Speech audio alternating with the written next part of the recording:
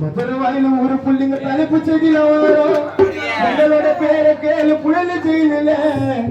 மதுரை வாயில ஒரு புள்ளிங்க அடிக்கடி போயிட்டு வருவோம் மத்த கேஸ் இல்ல நீ தமிழுக்காக ஊருக்குள்ள சுத்த கூடாது மதுரை வாயில ஒரு புள்ளிங்க இருக்கும் போது யாரு படமா எங்கேயோ ஓடாது